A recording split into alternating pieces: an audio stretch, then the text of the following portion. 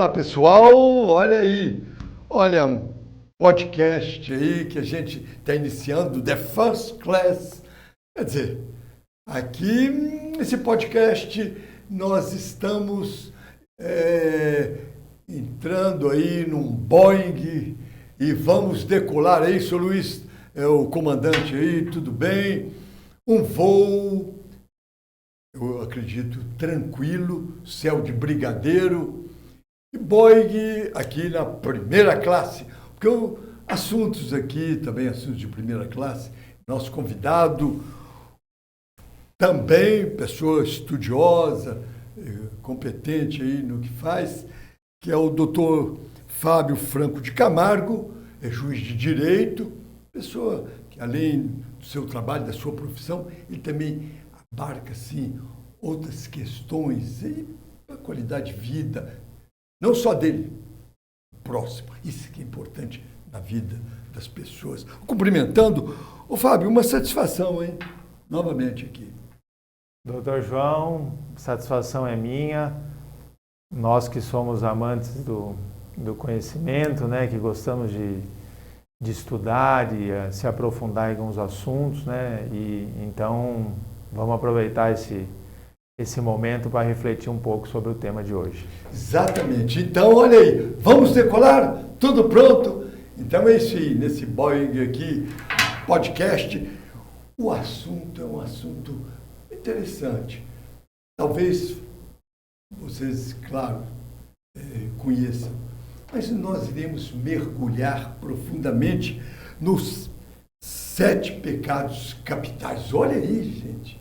E assim, ao mergulhar, entender bem isso, para que juntos a gente possa fazer uma reflexão maior. Olha, o Fábio, então eu queria saber, assim, começando assim, por que os 7 pecados capitais?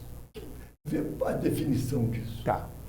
Bom, nós vamos basear a nossa conversa, né, o nosso exame e recapitulação do tema, com base num artigo de uma pedagoga que é mestre em literatura e também formada em teologia, que é a Denise Alves. E além disso, também vamos basear as nossas conversas em muitas pesquisas fruto de inteligência artificial. Opa! Então, pecados capitais vem de cabeça, né? A ideia é de que os pecados capitais são os mais graves. São aqueles de onde todas as demais desvirtudes decorrem. Sim. Então, por isso, capitais são os mais graves, os pecados mais sérios. Quer dizer, que isso aí se norteia até a vida das pessoas. Norteia, né? Nós podemos talvez entender que dentro desses 7 pecados capitais estão as principais desvirtudes e são os pontos assim mais importantes a serem cuidados e tratados.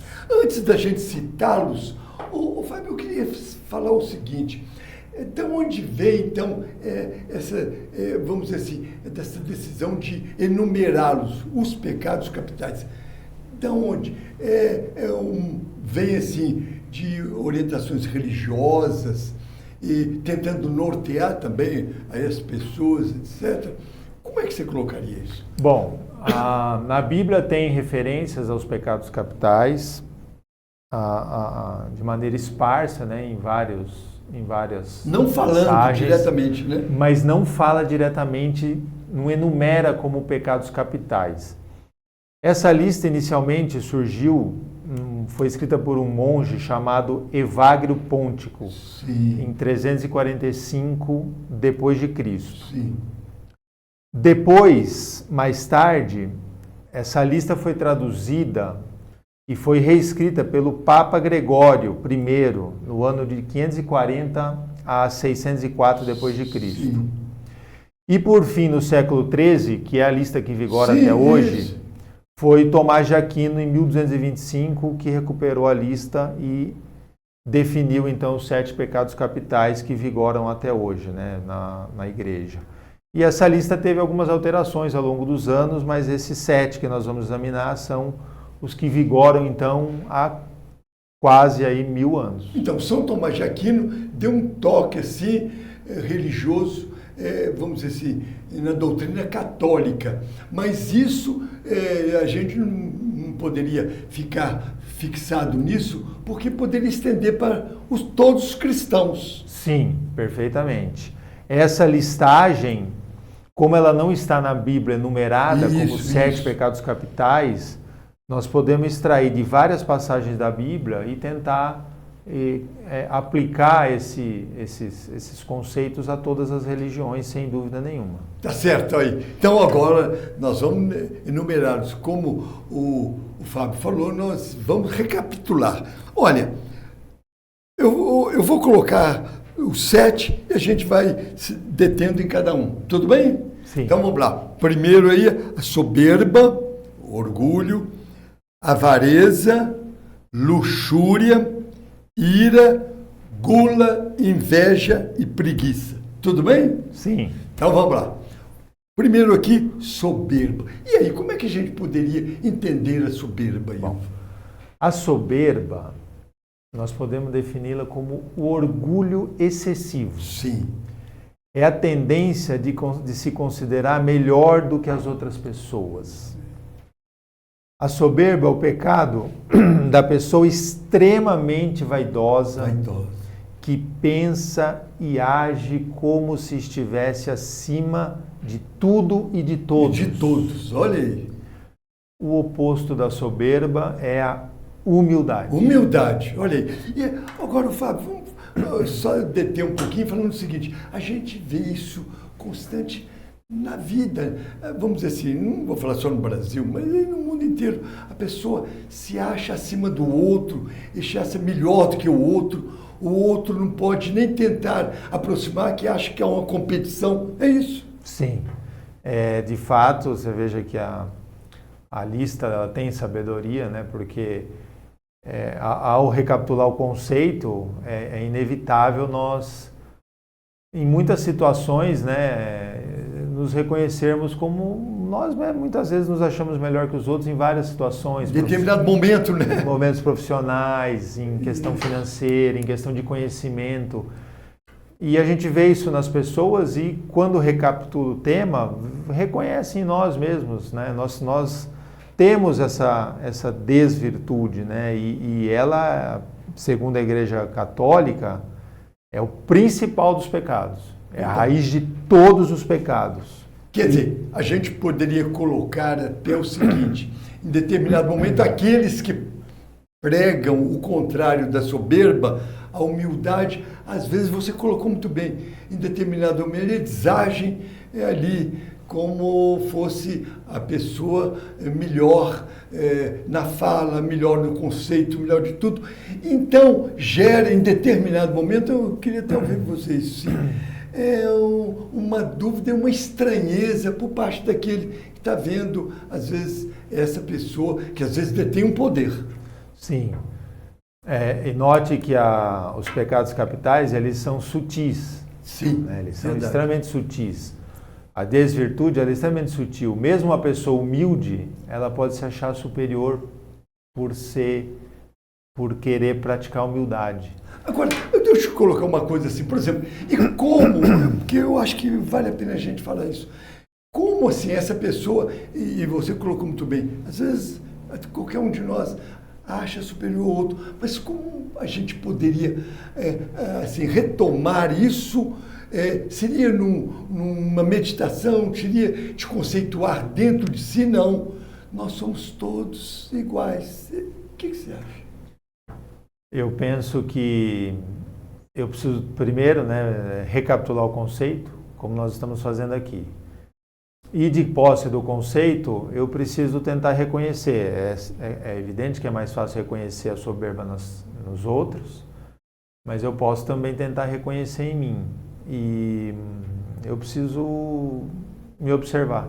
Olha aí. Observar as minhas ações. Muito bom. Mas, de fato, exige um olhar atento, porque né, as mãos assim do maligno, entre aspas, elas são sutis. Sutis. E se eu não tiver uma capacidade de observação em mim, eu não vejo. Verdade, verdade. Olha aí. Bom, seguindo aqui, segundo aí que nós já falamos, a avareza. E aí, Fábio, como é que a gente poderia conceituar a avareza numa visão assim, superficial e depois aprofundando um pouco? Sim. Então, a avareza é o apego excessivo aos bens materiais e ao dinheiro. Sim. A pessoa avarenta é mesquinha e não gosta de compartilhar as coisas que tem. Ela quer ter sempre mais e para si, cada vez mais. Mais para si. Mais para si mesmo. Ela não Acha quer compartilhar. Que aquilo vai ter que levar ao longo da vida e manter aquilo. Isso. Quer sempre mais, não compartilha nada, não quer dividir nada e quer cada vez mais. É a pessoa mesquinha. A pessoa mesquinha. Agora, isso aí, por exemplo, a pessoa que trabalha, eu quero colocar isso para você, trabalha, ela conquista. Você acha que essa pessoa que conquista pelo trabalho, isso aí pode despertar nessa pessoa essa mesquinheza? Bom, eu penso o seguinte, todo trabalho, ele envolve uma recompensa justa. Justa, isso aí. E faz parte, né, da natureza humana querer ter coisas. Isso é natureza humana. Da natureza humana. Vem desde os faraós. Sim. Então, se você desenvolve um trabalho legítimo e tem coisas, isso é justo. Justo. Mas a avareza talvez esteja no excesso, né? No excesso, em se perder por conta disso, isso passar a ser um critério norteador da vida e em detrimento de inúmeras outras virtudes. Eu acho que o excesso pode caracterizar aqui o pecado Extrapola total. Um pouco. Extrapola. Agora, e o que se a gente poderia contrapor à avareza? A avareza, o oposto da avareza é a generosidade. Generosidade, é verdade. É isso a aí. Generosidade. Eu vou ceder um pouco aquele outro, etc., em determinado momento. Sim. Uma pessoa generosa, nós conhecemos pessoas avarentas e generosas, é fácil de reconhecer. Fácil, verdade. Eu tenho amigos que presenteiam pessoas assim o tempo inteiro, que tem essa generosidade assim natural. Passa a ser uma característica da pessoa. Passa a ser uma característica. A pessoa vai fazer um serviço no lugar, presenteia o dono da loja, colegas de trabalho, e com frequência. Então, é incrível, assim, pessoas que são bastante generosas. Né? A generosidade, isso aí, poderia até levar, como você está colocando assim, quase que sim, uma distribuição daquilo que eu tenho um pouquinho mais ao outro. Sim, sim, concordo. Tá certo. Bom, aqui, terceiro aqui é a luxúria. E aí, Fábio, a luxúria, como é que a gente colocaria isso? A luxúria, ela está relacionada, né, um pecado relacionado aos desejos sexuais. Sim. Então ele está relacionado, a luxúria está relacionado com a lascívia, né, Sim. libertinagem e com o abuso do sexo e a busca excessiva do prazer sexual. Sim, verdade. Se manter assim, como aquilo seria uma coisa assim, acima do que norteia a vida da pessoa. Sim, né? Podemos considerar o seguinte, Deus foi muito sábio ao fazer a função sexual. Sim. Né? A função sexual, ela está associada a um prazer incrível, enorme, sim. Né? Para que as pessoas possam gerar outros seres. Sim. Mas o abuso disso, o excesso, né, a prática assim, exagerada, né, a busca exagerada do prazer sexual envolve aqui o pecado. O Papa Francisco falou em determinado momento, e aí, assim, comedido falando que a relação sexual seria um presente de Deus. Você viu isso? Papa Francisco. Então, mas falando comedido dentro de uma certa ética. Sim. Se diz uma visão assim bastante dura, né? Que eu já ouvi, é que a rigor a prática sexual ela teria uma finalidade de reprodução. Sim. Né? Fora disso é puro prazer. Sim. Verdade, né? Verdade. O Papa Francisco teve essa colocação em questionamentos, assim, até recentemente. Agora, o que a gente poderia colocar, assim, da luxúria contraponto isso? O oposto da luxúria é a pureza. Pureza. É a pureza. Que aí viria como um modelo aí, por exemplo, falava Maria. Sim. E realmente ela concebeu, mas através do Espírito Santo, etc. E a igreja e até outras religiões colocam ela como Maria, a mulher pura. Sim. E as crianças que ainda não têm a função ativa, né, são dotadas de uma pureza extrema, né? Verdade. Por conta do não desenvolvimento ainda da função sexual.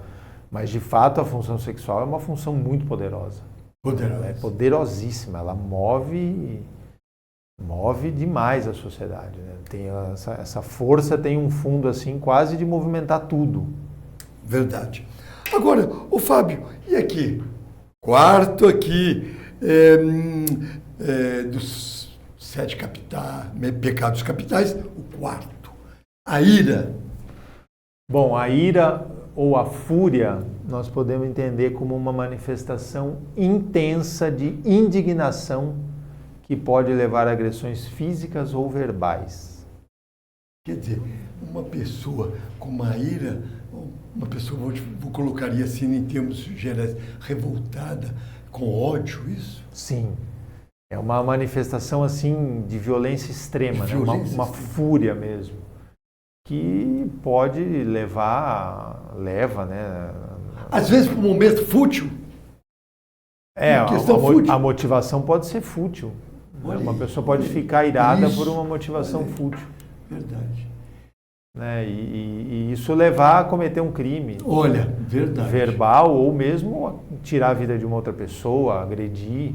Isso é extremamente comum, algo super presente. Verdade. Né? Aí, movido pela ira, nós somos, sim, perigosíssimos. Colocado isso como um dos pecados capitais. Olha aí. E o oposto da ira? O oposto da ira é a paciência. Paciência, né? Sim. Resiliência também? Não. Não, eu acho que a paciência, ela é uma... Resiliência é uma das grandes a pessoa, não. É paciência mesmo. A paciência é realmente uma das grandes virtudes. A paciência, né? Pessoas pacientes são realmente dotadas de uma virtude incrível. Ela pode ser paciente, mas contestadora de questões do momento. Sim. Pacientemente ela pode contestar. Contestar isso aí. Você veja que tomado pela ira, não há capacidade nem de raciocínio. Não tem, verdade. Há uma incapacidade de raciocínio, né? Um pensamento tingido por uma ira, por uma raiva, ele é irracional. Isso, raiva irracional. Olha, fechou bem. Bom, olha, então, 4 pecados capitais nesse primeiro bloco. Eu vou só recapitular: soberba, avareza, luxúria e a ira. Fábio, alguma coisa a colocar nesse primeiro bloco aí? Olha, vamos citar alguns trechos da Bíblia sobre esses pecados capitais. Então, um interessante aqui sobre a ira. Provérbios 15, 18. O homem irritável provoca dissensão, mas quem é paciente acalma a discussão. Olha, sim, verdade. Verdade bíblica. Uma outra, está em Salmos 37, 8. Evite a ira e rejeite a fúria. Sim. Não se irrite. Isso só leva ao mal. Perfeito. É isso mesmo. Aqui agora uma passagem bíblica que faz referência à inveja. Está em Gálatas 5:26. Inveja não, vamos falar ainda da inveja, ainda nós não falamos. Vamos falar da avareza. Da avareza, isso. Uma passagem que está em Timóteo 6, 9 e 10. Sim. Os que querem ficar ricos caem em tentação, em armadilhas e em muitos desejos descontrolados e nocivos, que levam os homens a mergulharem na ruína e na destruição, pois o amor ao dinheiro é a raiz de todos os males.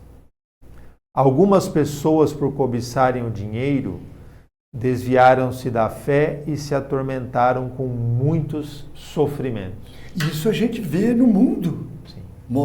Contemporâneo. Sim. Verdade, é isso mesmo. Uma da soberba, uma passagem que está em Provérbios 16, Sim. 5. O Senhor detesta os orgulhosos de coração, sem dúvida serão punidos. Olha aí, olha aí. Isso aí é sério mesmo, hein? E uma passagem sobre a luxúria, está em Gálatas 5,19. Sim. Ora, as obras da carne são manifestas: imoralidade sexual, impureza e libertinagem. Sim. Uma outra que está em Colossenses 3, 5, 16. Assim façam morrer tudo o que pertence à natureza terrena de vocês: imoralidade sexual, impureza, paixão, desejos maus e a ganância, que é a idolatria. Sim. É por causa dessas coisas que vem a ira de Deus sobre os que vivem na desobediência. Verdade. Colocações muito pertinentes mesmo. Dentro da Bíblia, hein? Sim. Conceitos bíblicos. Sim. Veja que não tem enumeração, não é uma lista, mas tem passagens e referências Verdade. a essas desvirtudes. Verdade. Então, na Bíblia não existe aquela lista, os 7. Mas em versículos que você acabou de citar, fala tudo, inclusive desses pecados, dos 7 pecados capitais. Olha, a primeira classe aqui desse Boeing, um voo tranquilo, a 10 mil metros, hein? O Luiz aí comandando, um piloto experiente, sem problema nenhum. E olha, nós estamos falando sobre os 7 pecados capitais. Aqui, nosso convidado é o Dr. Fábio Franco de Camargo, juiz de direito, uma pessoa que também, como eu falei, aprofunda em várias questões, estudioso, é isso aí. Nós vamos retomar aqui. Fábio, vamos retomar então? Vamos embora. Nos 7 pecados capitais, nós falamos 4 no primeiro bloco, e agora, nesse segundo bloco, nós vamos falar a gula, a inveja e a preguiça. Então, vamos retomar aqui a gula. Fábio, como é que a gente poderia também interpretar e aprofundar na gula? Bom, a gula está associada ao desejo de comer e beber de maneira exagerada, além das nossas necessidades. Então, o pecado da gula tem a ver com o controle, com a perda do controle sobre o próprio corpo. Verdade. Quer dizer, não imagina nada, só foca no alimento. No alimento. Comer e beber. E beber. Cedendo. Isso. E muito. Você veja como a nossa sociedade é. A rigor, o alimento, ele deveria estritamente fornecer energia para que eu desempenhe as minhas funções vitais. Mas hoje, comer e beber virou algo associado ao prazer, a status. Verdade. Nós temos a sociedade é construída dessa maneira hoje, que é incrível, né? Nós temos pratos sofisticados, a busca por aromas, por prazeres. Isso virou algo de luxo, né? Virou requintado, né? Requintado, verdade. E isso... Insistindo a pessoa para isso. Isso. A gula. É mais do que o prazer em comer e beber. Nós temos um monte de outras coisas associadas. Ao passo que o alimento em si deveria só fornecer energia para que eu possa desenvolver minhas atividades. Verdade. Agora, tem assim, colocações assim, até paralelo à Bíblia, falando cuidado com os beberrões e os comilões. Isso. Eu vou ler essa passagem. Isso está em Provérbios 23, 20 e 21. Não ande com os que se encharcam de vinho, Olha aí. nem com os que se empanturram de carne, pois os bêbados e os glutões se empobrecerão, e a sonolência os vestirá Olha de bem. trapos. Olha bem, uma verdade. Olha que forte. Forte, forte mesmo. Uma advertência séria. Sério. Glutões significa pessoa que come demais. Come demais. E como eu falei, isso aí é uma realidade do momento. É uma realidade do momento e eu diria que piorada. Porque Piorada.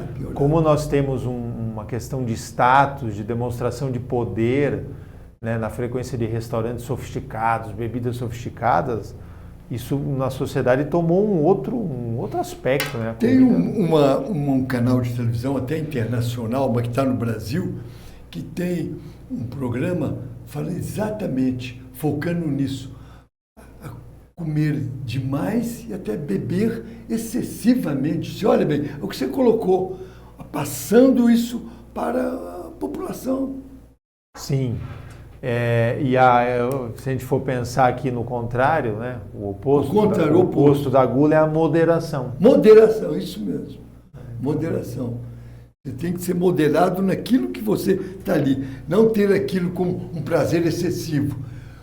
O gostar é uma coisa, se exceder é completamente diferente. É porque comer dá prazer. Né? Isso é inquestionável. Né? Comer dá um prazer danado, beber dá um prazer danado. E o ponto é achar a moderação. E é difícil. Né? Agora, quem faz isso bem, Fábio, a gente, entre os povos todos aí, são os franceses, né? Os franceses moderados. A gente não vê francês gordo. Sim. Moderado. Os pratos calculados. Calculados, verdade, Sim. é isso aí. Bom, Fábio, seguindo aqui, olha aí a inveja, Fábio. E aí, como é que a gente colocaria a inveja? Olha que interessante, a inveja é a tristeza pelo bem de outra pessoa. Olha aí. O invejoso é aquele que se sente mal pelas conquistas alheias. Ele é incapaz de ficar feliz pelos outros, como se a vitória da outra pessoa representasse uma perda pessoal. Pessoal, olha que grave. Olha que loucura. Loucura. Competidor ativo. Eu fico triste pelo sucesso do outro. Olha bem, que coisa. É aquele que olha no vizinho e vê o que tem no vizinho. E fica triste. Fica triste, sente mal. Quer dizer, isso é uma coisa pesada. É um pecado terrível. Terrível. Né? Que traz consequências pessoais extremamente negativas, né? Imagina se tudo que você olha, um monte de gente melhor que você em várias coisas, você, nossa, que estou triste. Puxa. Eu acho que a gente poderia passar isso aí, essa inveja, o que a gente vê hoje nos times de futebol, o outro ganhou, quer destruir o outro com uma inveja de ter conquistado. Sim. Eu acho que uma coisa que eles não pensaram aí, até esse pessoal do futebol. Sim. Não é mesmo? Sim, na competição esportiva, principalmente no futebol, que a rivalidade é muito acirrada. Olha bem. Há um teor grande de inveja. Sim. E de ira também. E de ira, você falou a verdade. Inveja e ira. Conflituosidade. Eu acho que por aí que eles deveriam. E o oposto da inveja? O oposto da inveja é a caridade. O desapego e o altruísmo. Que bom que ele conquistou isso. Olha bem, sim. O outro. Não é mesmo? Sim. O aplauso, etc. Sim. É verdade. Que é bonito de ver, né? Isso tem pessoas que são assim, mas é raro. É raro. Né? Pessoas que você pode contar vitórias, conquistas, e que elas realmente recebem aquilo de forma positiva. Em determinado momento fala, não fale para o outro o que você conquistou, porque pode gerar ali uma inveja. Sim. Sempre falado isso. Isso é um ditado popular, né? É um ditado popular. É como se a inveja fosse a regra, infelizmente. A gente já se protege disso não contando conquistas, né? Não contando vitória.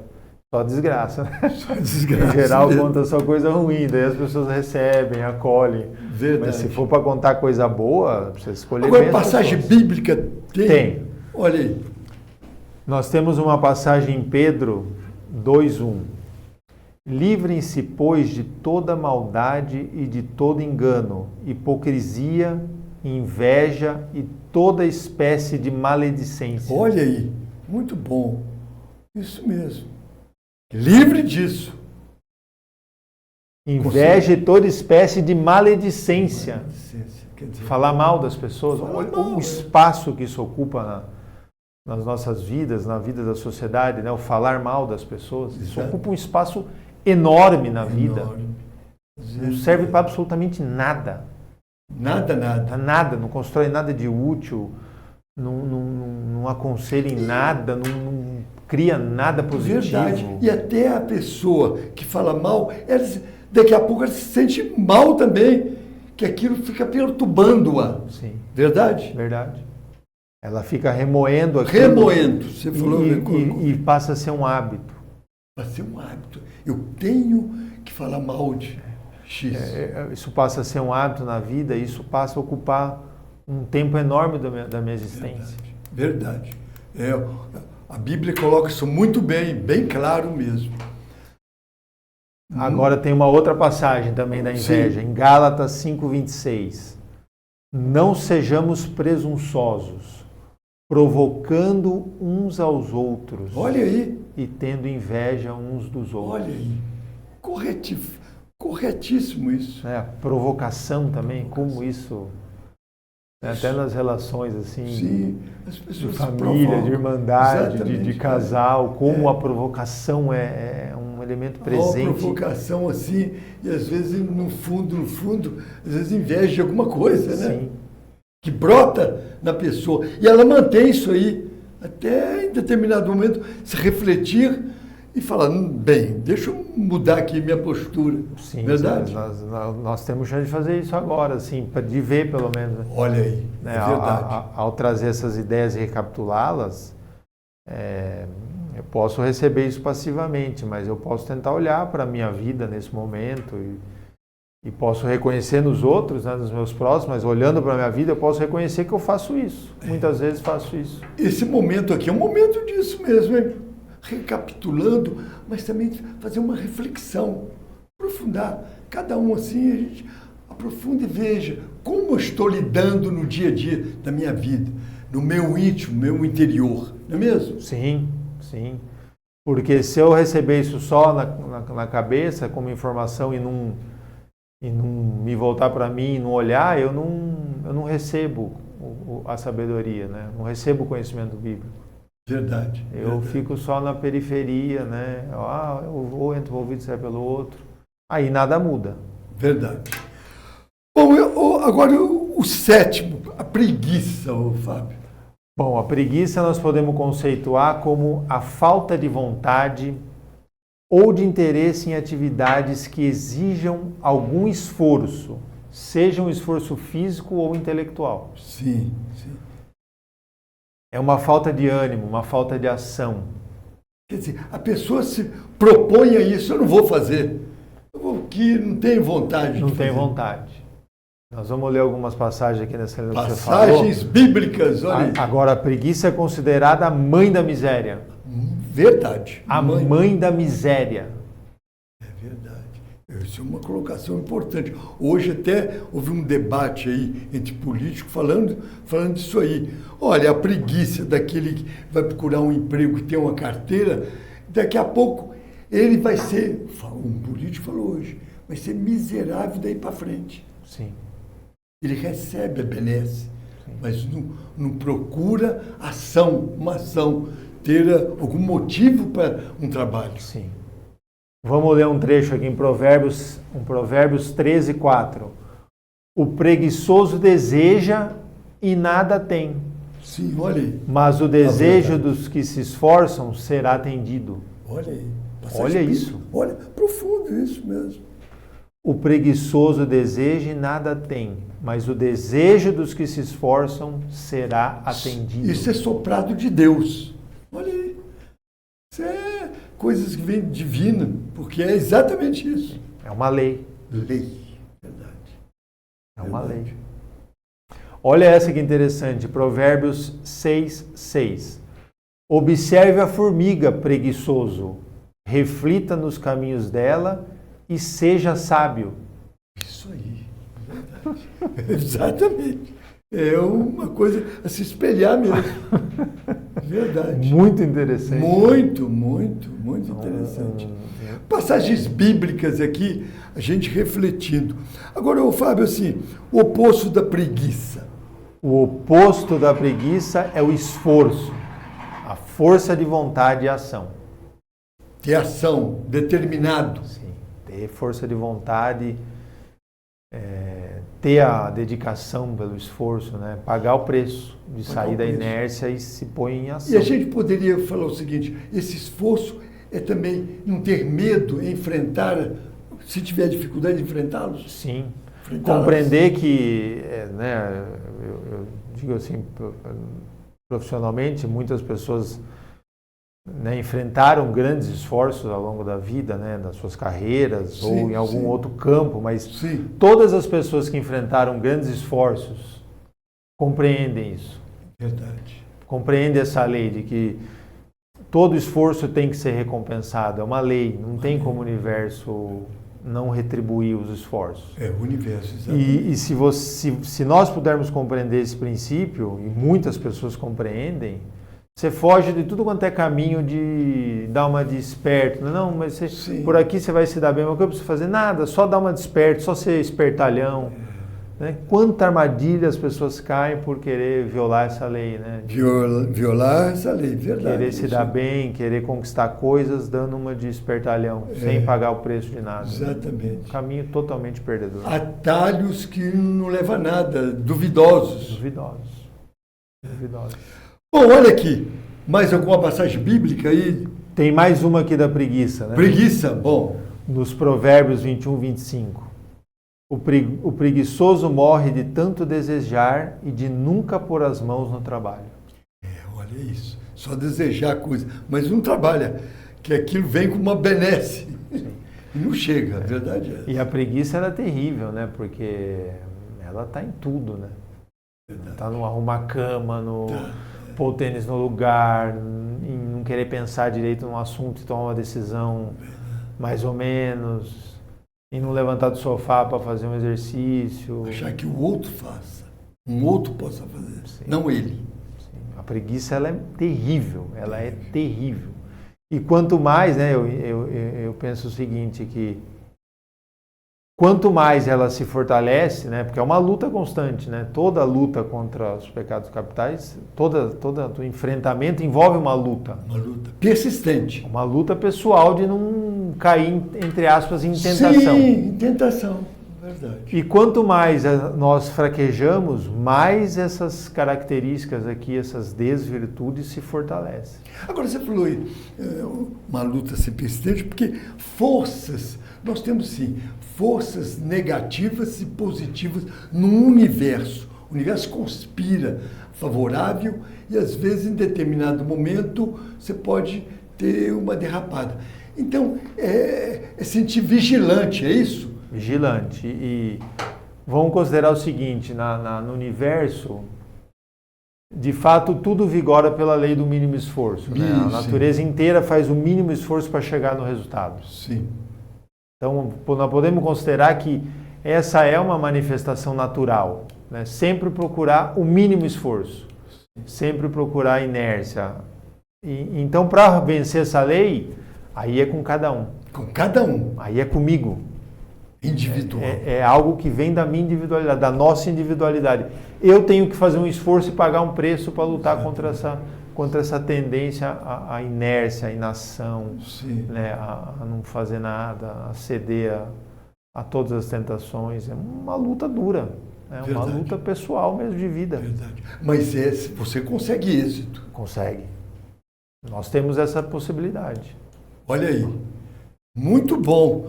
Olha, nós conversamos aqui. Mais alguma passagem? Eu queria dizer também que para a gente fugir um pouco da visão tradicional, Não, né, isso, religiosa, não, pode, lógico. A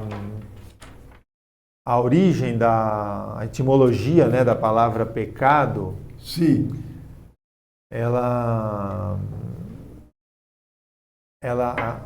vem da palavra, vem do latim peccato, pecado. que por sua vez deriva do verbo peccare, que significa errar, Errar. cometer um erro ou desviar-se do caminho certo. Sim, Então, nesse sentido de desviar-se do caminho certo, né, errar o alvo, sim, há entendimentos, né, mais esotéricos que Sim. compreendem que o pecado é uma perda de foco na jornada interior. interior, exatamente isso. O pecado seria o seguinte, né, na visão esotérica. Nós temos um aspecto exterior da vida e um aspecto interior. E eu estou em pecado se eu vivo só o lado exterior da minha existência. Exterior, não o interior. Você focar naquilo seu, do íntimo seu. Por mais, né, por essa visão esotérica, por mais que eu cumpra os preceitos morais, se eu vivo uma vida só exterior, desconectada da minha natureza essencial, da minha natureza interior, eu estou em pecado. Verdade.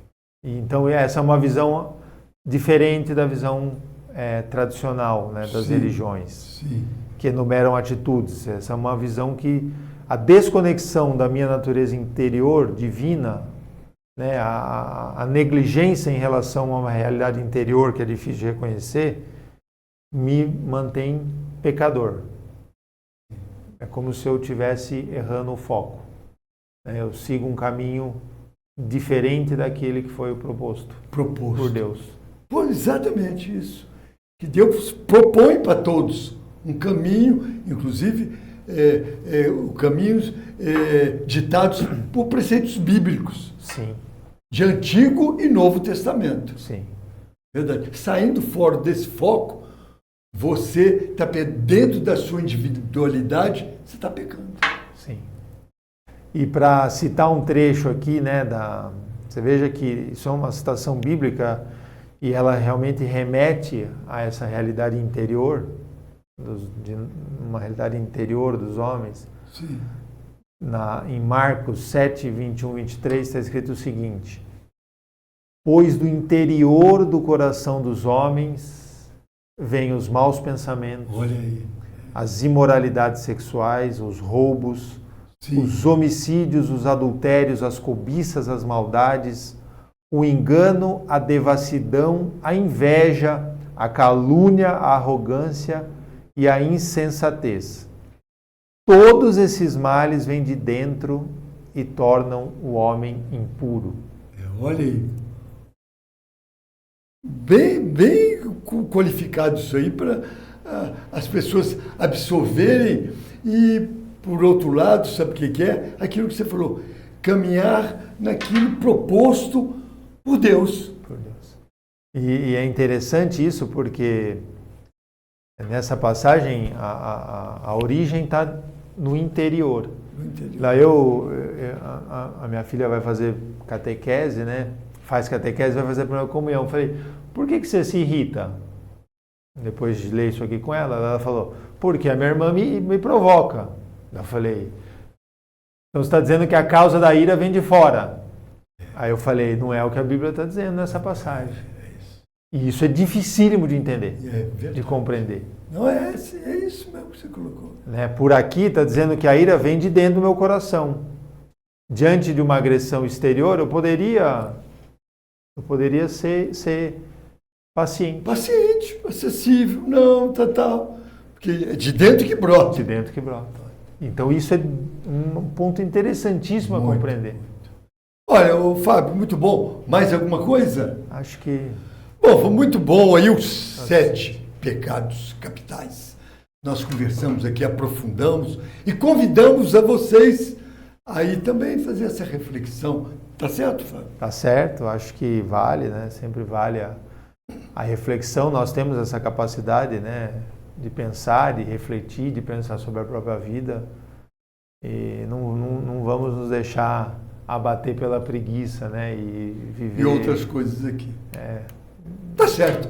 Bom, nós estamos nesse Boeing a 10 mil metros, mas tranquilo, hein? Um voo na primeira classe, assuntos também muito importantes, pertinentes, e que com o doutor Fábio Franco de Camargo, juiz de direito, como eu falei, tem assim, um foco também bem aberto aí em estudos, em aprofundar em várias questões. Fábio, quero agradecer e até um outro programa, hein? Eu que agradeço pela oportunidade, né, de conversar com o senhor, de conversar com o público que prestigia o seu programa, e estou sempre à disposição. Para mim é um motivo de grande alegria. Já vou convidá-lo novamente, claro. E nós estamos em todas as mídias aí, nas nossas redes, YouTube, etc. Poderão, e também na net e na TV aberta aqui, Altiora, Atibaia, São Paulo, etc. Agradecemos a vocês aí, com a gente aí, participando, etc. E convidamos ao próximo programa. Fábio, quero agradecer mais uma vez, então. Obrigado e até o próximo. Obrigado, um grande abraço. Bom, é isso aí. A gente se vê por aí. Até lá. Um abraço a todos.